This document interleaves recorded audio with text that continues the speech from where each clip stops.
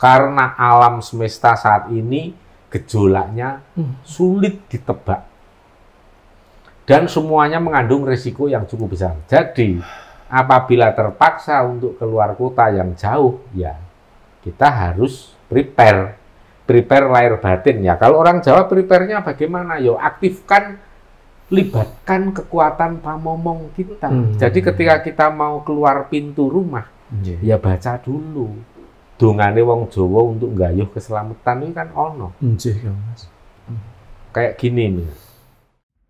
Nyai Among, Kiai Among, Nyai Selamet, Kiai Selamet, Nyai Biru, Kiai Biru. Kakinya lurus, tangan boleh seperti ini, boleh seperti ini, boleh seperti ini. Pokoknya pejamkan mata dan ucapkan itu. Dan tunggu saat ketika ada dorongan ke depan, maka mulai melangkah ke depan, mulai pergilah saat itu juga. Start untuk pergi. Tapi kalau ada dorongan ke belakang,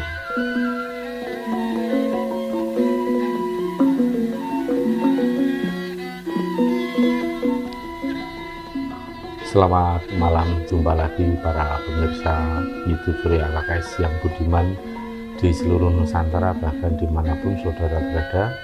Salam sejahtera, salam kebajikan, Om Swastiastu, Namo Buddhaya, salam, salam, rahayu, rahayu. Semoga kita semua dalam keadaan sehat berkas waras, ayam tentrem, lancar rezekinya, tansah pinaringan Syekh Wiloso, saking ngersaning Gusti Ingkang Maha Agung. Tentu panjenengan para pemirsa YouTube Surya KKS sudah sangat familiar dengan beliau Dr. Mahfud.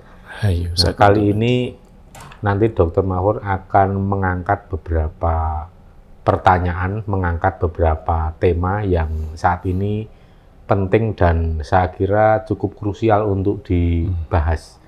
Nah, apa saja yang dibahas itu, nanti silahkan para pemirsa nanti bisa mengikuti video dan jangan di-skip supaya tidak ada informasi penting yang terlewat. Karena biasanya yang kita bahas ini semuanya padat dan berisi di seluruh lini waktu. Selamat menyaksikan. Monggo. Assalamualaikum warahmatullahi wabarakatuh. Waalaikumsalam. Rahayu Sagung Dumadi, Sugeng Dalu, Om Swastiastu, Namo Buddhaya, salam damai kepada Kang Mas Sabto Langit dan keluarga besar Surya KKS dimanapun berada. Yang pertama, saya mengucapkan terima kasih sebesarnya karena pada malam hari ini bisa sowan ke Kang Mas Sabto Langit. Dan memang sudah cukup lama ingin sowan silaturahim dan ingin berdiskusi, menyampaikan beberapa hal. Yang pertama langsung aja Kang Mas, ini saya ingin dipun kulawentah atau kemudian minta informasi dari para iyang pepunden leluhur Jawa khususnya, mengenai yang pertama agak sedikit mundur ke belakang, tapi ini terkait dengan dentuman keras yang itu di hari Kamis tanggal 23 November dini hari itu ya? Dini hari pukul 01.33 di Yogyakarta. Itu masih misteri walaupun sudah ada penjelasan di detik.com dari pihak yang berwenang, tapi saya ingin dari penjelasannya apa? Kalau penjelasannya dentuman misterius ini, kalau menurut Kepala BPTKG Agus Budi Santoso mengatakan tidak ada aktivitas suara yang terekam di sistem jaringan Merapi di jam tersebut. Di Merapi tidak ada. Tidak ada. Di seismograf mungkin juga nggak ada ya. Termasuk di sistem seismik tidak ada. Itu yang nggak ada ya. Ini dari siapa tahu ada sasmito atau petunjuk dari leluhur. Nah, kemudian ini yang terupdate Kang Mas. Ini di bbc.com terkait dengan letusan Gunung Merapi, Kang Mas, yang meletus satu persatu dulu ya. Oh, satu persatu. Siap, Kang Mas. Biar nanti nggak tumpuk undung ya. Ini mengenai dentuman. Waktu itu saya sempat mendengarkan walaupun samar, tapi saya perhatikan di berita itu di netizen itu ada yang dari Bantul mendengarkan juga. Berarti kan rentang suara itu cukup luas. Dari Jogja Utara Jogja Tengah sampai Jogja Selatan. di Bantul. Bantul. Jadi saya kira ini bentangan atau radius suara ini jangkauannya cukup luas. Dan yang sudah jarak jangkauannya suara itu radiusnya bisa panjang seperti itu. Yang sudah menurut pengalaman saya juga yang dulu pernah melewati fase banyaknya gempa di Jogja. Kami sering mendengar suara dentuman yang mirip yang saya dengar juga waktu itu. Cuman memang saya belum memberikan komentar apapun. Baru ini saya sampaikan ke publik. Walaupun sudah agak basi, tetapi bagi yang penasaran, ini mudah-mudahan bisa memberikan gambaran alternatif atau mungkin sebagai komparasi dari berbagai pihak, karena kita tahu dari semua pihak yang berkompeten, terutama BVMBG, kemudian BMKG dan lain-lain, itu memberikan sinyalemen yang nihil, dalam arti dalam data seismograf di Gunung Merapi maupun di unit kegempaan itu tidak tercatat itu. Nah, kalau saya sesuai dengan pengalaman yang pernah terjadi saya alami sendiri, ini dentuman itu berasal dari dalam tanah. Nah, dentuman ini bisa berupa pelepasan gas, bisa aktivitas semacam reruntuhan yang terjadi di dalam tanah, rongga-rongga dalam tanah atau celah ya.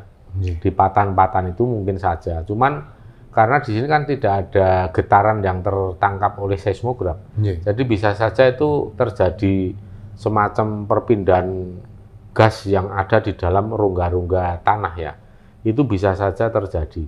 Cuman kalau ledakannya terlalu kuat, terlalu besar, itu tetap akan menimbulkan getaran yang itu hanya bisa dirasakan pada saat orang eneng-eneng atau saat orang itu dalam kondisi yang tenang, juga dalam kondisi yang konsentrasi, dan waktu itu mendengarkan, itu bisa merasakan ada memang getaran itu, tapi getarannya itu bukan gelombang gerak tenaga yang bergelombang kayak gempa itu bukan, tapi suara itu biasanya diiringi dengan getaran. Jadi kayak kalau Gunung Merapi itu kan ada gempa tremor ya. Nah, ini hampir-hampir mirip dengan model gempa tremor. Tapi kan ini bukan aktivitas Merapi kalau menurut catatan BVMBG. Nah, maka kalau saya indikasinya ya ke arah sana. Itu asal suara itu dari dalam tanah, dan waktu itu memang tidak sampai menimbulkan vibrasi di tanah. Tidak ada gempa tremor, itu nggak ada terasa. Kayak keder itu nggak ada. Tapi saya pernah berkali-kali merasakan juga dentuman dan tanah itu bergetar, gitu, kayak gempa tremor ini, Mas. Nah, itu saya meyakini dan saya lebih percaya bahwa itu aktivitas di dalam tanah, bisa jadi berupa pelepasan gas atau perpindahan gas juga bisa, akibat adanya celah-celah di dalam tanah. Yang jelas itu merupakan suatu aktivitas, kalau menurut saya itu suatu aktivitas yang terjadi di dalam tanah. Apakah itu merupakan suatu indikasi? Ya kalau saya melihat itu indikasi itu tentu saja lapisan-lapisan dan susunan di dalam tanah itu sifatnya dinamis. Dinamis itu artinya ada gerakan-gerakan dalam intensitas yang cukup banyak ya, dengan interval yang cukup rapat, itu dinamika memang ada. Nah, setiap kali dinamika ini kan akan meninggalkan jejak, meninggalkan semacam suara, dan kadang-kadang itu bisa menjadi sebuah aktivitas fenomena alam yang bisa disertai dengan resiko. Misalnya karena ada guncangan yang kuat menjadi resiko terhadap kehidupan, itu bisa juga. Nah, ini yang harus kita pahami, bahwa ketika para ahli itu melihat alat-alat mereka tidak mendeteksi dari mana sumber suara, getaran juga nggak terdeteksi. Nah, kita juga harus kembali mengingat bagi yang percaya dan masih mau menggunakan ya, yaitu berupa ilmu titen yang berasal dari kearifan lokal. Nah, maka setiap kali ada dentuman-dentuman di dalam tanah itu, ya itu sudah merupakan suatu indikasi bahwa terjadi sesuatu aktivitas yang sifatnya dinamis di dalam tanah dan bisa saja berujung suatu peristiwa yang cukup besar ya, yaitu peristiwa alam. Nah, sekarang kalau kita amati, memang dentuman ini kan memang tidak terus-menerus ya, kadang ada jeda waktu yang lama. Kemudian nanti berentet dentuman dalam beberapa hari terjadi beberapa kali. Ya, jadi ada semacam apa ya, ritmik yang bisa jadi itu siklus gitu. Jadi seperti itu Mas, kalau saya mengindikasikan itu aktivitas yang terjadi di dalam tanah. Tapi ya itu mungkin berupa pelepasan gas atau apa, tekanan-tekanan udara dan lain. Karena kan mungkin ya ada celah di dalam tanah itu makin lama makin menyempit ya. Itu kan seperti dipompa. Nah ini kan ruang gerak udara ini kan juga akan tertekan. Maka ketika menemukan celah untuk berpindah bisa saja langsung berpindah dan itu menimbulkan suara dentuman seperti itu. Ya ini hanya logika saja. Ini belum tentu benar. Tetapi setidaknya kita bisa mengemukakan sebuah asumsi yang tidak asal-asalan, tapi setidaknya ini logis. Karena ini kalau diteliti dan kemudian memang ditemukan seperti itu faktanya, ya ini kan menjadi sebuah ilmu baru. Nah ini memang belum menjadi ilmu baru bagi terutama disiplin ilmu. Tetapi kalau bagi ilmu titen Jawa ya ini sudah termasuk bisa dijadikan semacam patokan atau pegangan. Jadi gitu Mas. Nah, monggo. Terima kasih Kang Mas, ini penjelasan yang sangat menarik sekali. Kalau satu lagi pertanyaan dengan suara dentuman tadi, apakah masih ada kaitannya dengan rentetan fenomena alam yang sebelumnya terjadi Kang Mas, yakni yang ada fenomena yang itu dianggap mungkin dia meteorit lah atau apa yang berapa bulan kalau tidak salah September. Oh ya, yang api terbang ya. Api yang terbang. Ya, itu kan di atas ya. Kalau ini di bawah. Jadi aktivitas bumi, kehidupan ini kan ada yang di atas, ada yang di bawah. Itu biasalah seperti itu. Tapi hendaknya itu menjadi suatu kajian buat para pelaku spiritual Jawa atau orang-orang yang tertarik dengan kejawen. Ini merupakan fenomena alam yang bagus sekali dan saat ini memang kita disodorkan banyak fenomena alam. Nah ini kesempatan buat kita untuk belajar. Kalau terjadi seperti ini akan apa sih? Kalau terjadi ini seperti ini akan apa? Misalnya sekarang contoh nih, ini saat ini kan hawa panas masih sering muncul. Tapi hawa panas itu sekarang sudah mengindikasikan beberapa gejala. Satu, gejala mau hujan, hawanya panas. Mendung. Terus hawa panas akibat dari aktivitas Merapi. Hawa panas karena adanya induksi tektonik yang belum merilis. Tapi masing-masing panas ini ada punya ciri-cirinya sendiri yang berbeda. Misalnya hawa panas akan terjadi hujan ya bikin keringat, bercucuran, memang gerah sekali. Jadi kayak kita ini seperti ini ya, habis kerja itu kan, jadi panas, keringat bercucuran. Itu mengindikasikan akan terjadi hujan. Tapi kalau hawa panasnya kita seperti dipanggang api, nah itu mengindikasikan ini aktivitas Gunung Merapi. Lain lagi kalau panasnya tuh gatal-gatal di kulit, perih. Kadang bau amoniak, gas amoniak. Kadang bikin pengap suasana udara itu kayak terasa pengap. Nah, itu biasanya mengindikasikan adanya induksi tektonik yang belum rilis atau akan terjadi gempa. Jadi sebelum terjadi gempa muncul hawa panas seperti itu, gatal-gatal, perih di kulit seperti kena air cabai, kena debu gabah ya. Jadi seperti itu. Dan ini Kang Mas, ini menarik ya. Ini kan ilmu titen leluhur Jawa. Tapi pernahkah secara akademik mungkin Kang Mas berdiskusi dengan para ahli vulkanologi atau ahli geologi atau ahli kebumian mengenai ini ciri-ciri tentang panas yang sebenarnya mengindikasikan itu berbeda-beda, itu pernah? Sering Mas, sering dengan ya kalau yang salah satunya yang Mas Mahfud kenal kan beliau Mas Andri. Betul. Itu kan dari Badan Penanggulangan Bencana menganalisa apa yang menjadi potensi bencana. Kita akan sering diskusi. Belum lagi dari pihak-pihak BMKG itu juga seringkali memantau YouTube kita, terutama ketika kita menganalisa fenomena alam. Karena ini penting. BMKG itu penting memperhatikan kearifan lokal, karena ini kan bukan tabrakan, tetapi saling melengkapi. Bersinergi. Bersinergi, karena tidak bisa sebuah ilmu itu mandiri, hanya ini saja tanpa ada kontribusi dari ilmu-ilmu yang lain itu nggak ada. Pasti parameternya saling berkaitan. Makanya kalau parameter dari kearifan lokal, terutama lokal wisdom Jawa atau kearifan lokal Jawa itu dimasukkan sebagai salah satu parameter, itu akan makin melengkapi, bukan malah kemudian menabrak, menghancurkan teori atau fakta, itu enggak. Itu akan sangat berguna.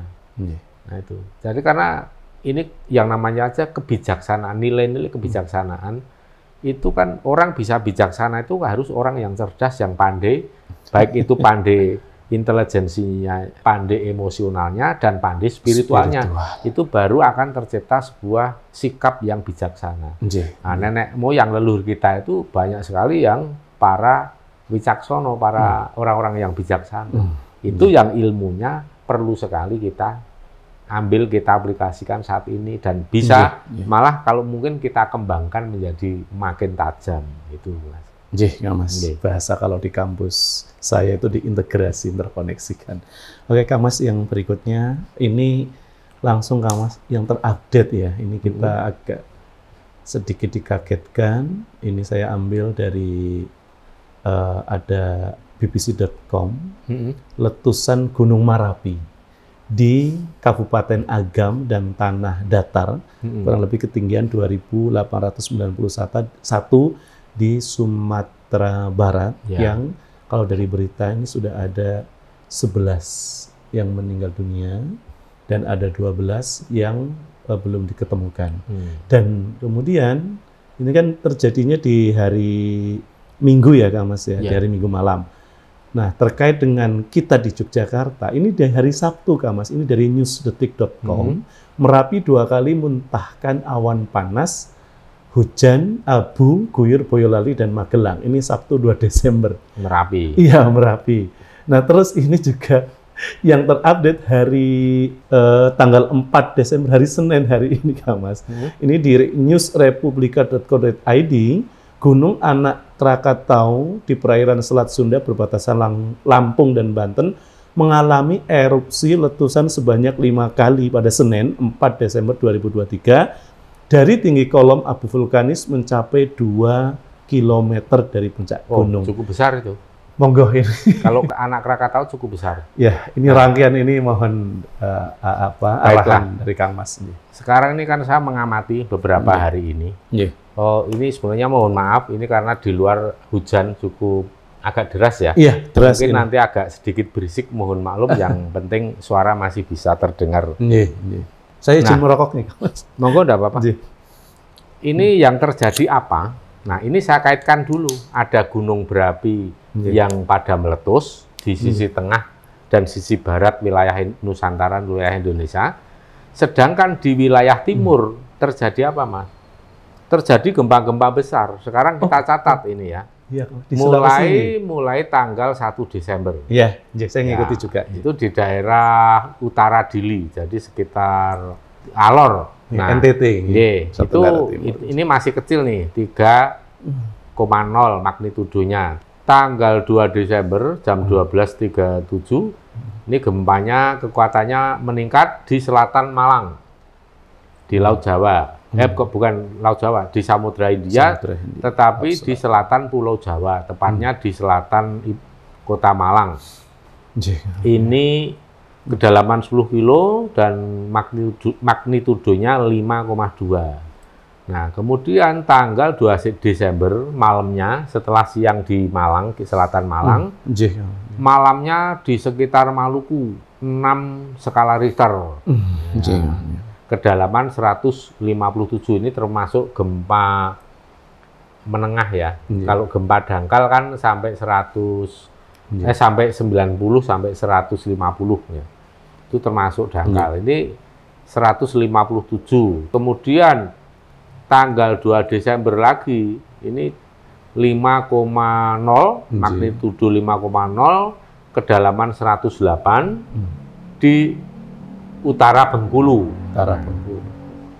Terus tanggal 2 Desember pukul 21 malam, 21.37, lebih malam lagi, setelah tadi gempa 6 skala Richter. Kemudian malamnya itu gempa 7,5. Nah, itu di sekitar Davao City. Jadi itu alurnya dari Maluku terus kemudian Sulawesi ke arah utara sedikit itu udah Davao City. Tapi itu garis patahan megatrasnya kan sama. Artinya apa? Nanti ya ini sebenarnya ahli geologi, tapi saya ini apa di bidang kearifan lokal ya nggak apa-apa, saya nanti akan membaca ini melalui kearifan lokal Jawa ya. Terus tanggal 2 Desember jam 21.57 masih di sekitar Maluku juga, gempa 5 skala Richter tapi gempa dangkal hanya 10 kilo. Nah, kemudian di Sumur Bandung tanggal 3 Desember 2,7 magnitudenya. Kemudian kembali ke timur lagi ke daerah Mataram tanggal 3 Desember jam 8 ini 4,7. Nah, ini tanggal 1, tanggal 2, tanggal 3. Ini kan gempa beruntun ya di wilayah timur, wilayah katakanlah wilayah Indonesia bagian timur atau jalur sesar megatrust. Mohon maaf, Kamas, Pasifik. kalau yang hari ini Kamas sudah dapat berita berturut-turut di daerah Sulawesi 3 gempa besar. Berapa? Antara skala 4 sampai 7. Ya, ini hari ini. Ya, hari ini. Ya, saya ini baru tanggal 3. Sedangkan hari ini 3 gempa besar masih di sekitar Sulawesi. Ya, yang terbesar berapa itu 7 kan? 7,2. Ya, 7,2. Tadi saya baca sempat tadi siang. Ini dalam waktu 4 hari loh. Dalam waktu 4 hari gempa besar beruntun dan saya ingat pesan leluhur. Neng wetan ono bebaya gede ger. Di sebelah timur ada mara bahaya besar. Nah ini kan saya masukkan, ini sebagai salah satu membuktikan dan yang sekaligus mengindikasikan apa yang sudah pernah di-warning oleh leluhur kira-kira sebulan yang lalu. Sejak sebulan yang lalu. Pertanyaan kemudian kan, apakah sampai di sini saja? Oh ya, belum tentu. Ini bisa disebut main shock, bisa disebut aftershock, kita nggak tahu karena kita taunya aftershock atau main shock itu kan ini main shock atau aftershock ya. Aftershock itu gempa susulan. Dianggap gempa susulan atau gempa utama itu kan kita taunya setelah gempanya selesai semua. Dalam jeda waktu sekian lama diam, nah itu kita baru bisa menyimpulkan oh yang gempa sekian-sekian itu aftershock atau susulan. Terus yang main shock-nya yang terbesar ini, tanggal ini kan baru bisa menyimpulkan. Tetapi ketika masih terjadi terus rentetan gempa ya, kita belum bisa memastikan apakah 7,2 dan 7,6 itu main shock, gempa utama. Atau foreshock malah itu sebelum gempa baru pemanasan. Kita nggak tahu. Tapi yang jelas, apa yang disampaikan para leluhur tentang peringatan bahaya di timur itu kan memang sekarang kita melihat indikasinya seperti itu. Kita lihat fenomena memang benar-benar terjadi di wilayah timur dan sekarang kita bisa bertanya apa sesungguhnya yang terjadi. Sementara di timur banyak gempa-gempa besar, kemudian di tengah dan ke barat gunung pada meletus. Sekarang gini Mas, ini kita taruh balon berisi air di sisi barat, atau balon berisi lava di sisi barat. Terus kita jepit pakai meja besar nih. Nah, mejanya ini di sebelah timurnya balon berisi bara api atau magma lah. Terus meja itu kita geser ke barat. Ini kan ada lempeng Euro, Asia, ada lempeng Indo-Pasifik, ada lempeng Indo-Australia di selatan. Nah, ini kan dinamis. Yang selatan geser ke timur, yang timur geser ke barat dan ke utara. Jadi yang wilayah tengah ini dijepit Indonesia ini. Nah, yang timur agak geser ke utara dan sekaligus ke barat. Ibarat meja ini mendesak ke barat, di barat ada balon berisi bara api. Yang terjadi apa? Balonnya mencodot. Nah, makanya sekarang banyak gunung api di sisi barat itu pada meletus. Karena memang ada, kalau saya logika, ini ada hubungan dengan rentetan gempa di sisi timur. Ya mungkin bisa, Mbak, bisa. Tidak terlalu mustahil gitu kan. Tidak menutup kemungkinan. Karena kan di Sumatera juga ini lempengnya juga landasan atau bantalan pulau ini bergeser terus, setiap kali pergeseran akan menimbulkan aktivitas vulkanik, tektonik. nah tektonik ya. Yang dilihat dari seismik itu ada aktivitas vulkanik, ada aktivitas tektonik. Jadi ada tektonik, vulkanik itu semua akan terjadi saling apa ya, bergantian. Nah, ini yang di barat dibuktikan banyak gunung pada mencodot, pada meletus. Nah, ini sebenarnya kita ini saat ini di fase bulan Desember. Ini tadi juga baru sore tadi, tanggal berapa ini Mas?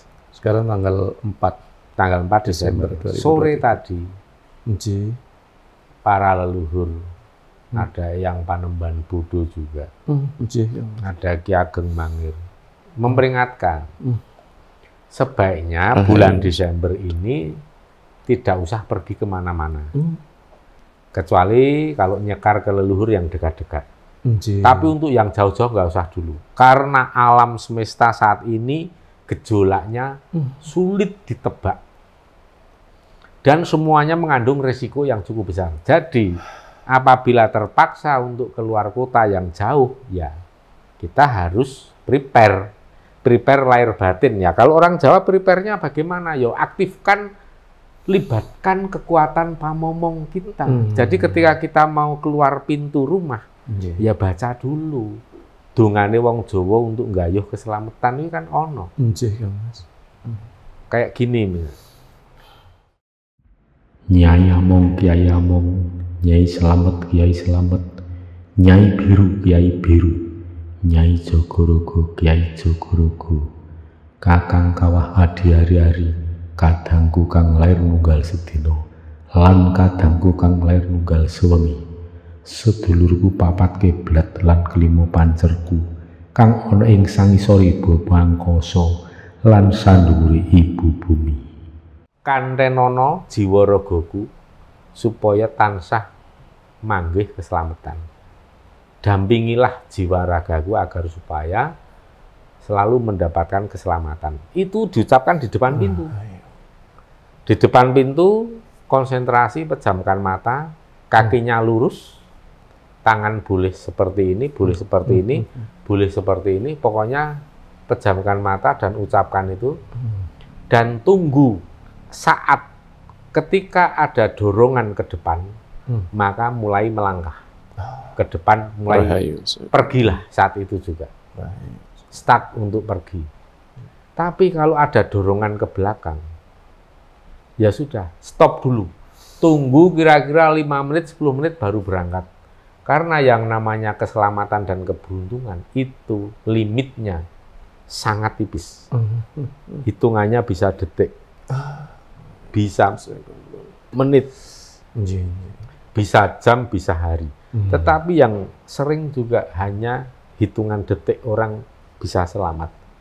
Hanya hitungan menit orang bisa selamat. Makanya untuk gayuh keselamatan itu tadi, tunggulah ketika ada dorongan ke depan baru berangkat. Itu pasti ada dorongan kok. Kalau kita diem saja itu entah dorongan ke depan, entah dorongan ke belakang. Ikhlas tulus aja nanti akan terasa. Nah, gunakan salah satu instrumen itu untuk menjaga keselamatan lahir batin kita. Dan ini sangat efektif karena dulu saya mengajarkan kepada seseorang cara seperti ini, kemudian besok paginya dipraktekkan ketika mau naik pesawat Garuda, ternyata dia kelempar mundur. Akhirnya dia mau nggak mau tiketnya di cancel karena dia yakin benar. Di cancel, tiketnya diundur ke jam yang lebih siang. Tadinya mau jam 5:30, kemudian jadi jam 7. Nah, yang terjadi apa? Pesawat Garuda ketika landing di Adi Sucipto terjadi crash landing sampai terbakar, tergelincir terbakar. Banyak yang tewas ya?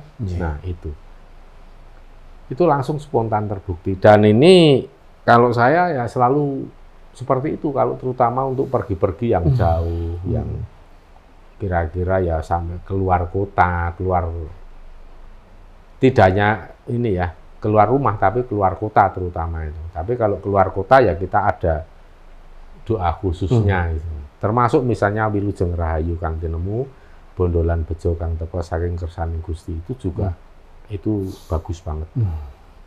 Nah, jadi sekarang yang terjadi masalah, kembali ke pertanyaan adanya gunung pada meletus itu ya karena ada rentetan, itu merupakan reaksi atas adanya peristiwa dinamika sesar megatrust yang saat ini bergerak mungkin lebih cepat dari biasanya. Ya. Makanya kan sekarang ketika kita merasakan siang hari hawa yang luar biasa panas, saya kadang seperti dites oleh alam. Karena mau hujan iya, tapi ada induksi tektonik juga iya. Nah, ketika mau hujan, kemudian hujannya menyingkir lagi. Seringkali kan begitu. Udah mendung-mendung hilang, mendung-mendung hilang. Karena apa? Ini kan sudah bulan Desember, harusnya sudah mulai puncaknya musim penghujan. Leres, Mas. Terus konon katanya ada efek dari El Nino. Tapi di sini saya juga tidak bisa menutup mata, saya tidak bisa menafikan bahwa hilangnya atau gagalnya pembentukan awan hujan sehingga sampai terjadi hujan, itu juga adanya efek dari induksi tektonik. Karena sifat dari induksi tektonik itu kalau yang sudah sering saya amati, saya lihat itu selalu menggagalkan hujan. Makanya itu jarang sekali akan terjadi gempa besar skala 6 ke atas, apalagi di daratan, Mas. Tapi sehari, 2 hari sebelumnya hujan terus-menerus, deres nggak ada. Kalau mau terjadi gempa yang besar itu, apalagi di daratan itu beberapa hari sebelumnya, tiba-tiba hujan menghilang. Langit menjadi bersih banget, tapi hawa panas dan gatal, perih. Itu yang terjadi.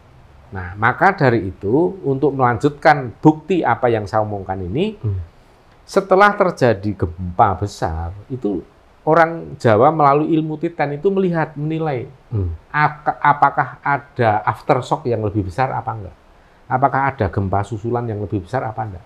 Orang Jawa gampang melihatnya. Lihat, setelah terjadi gempa besar itu, terjadi hujan enggak?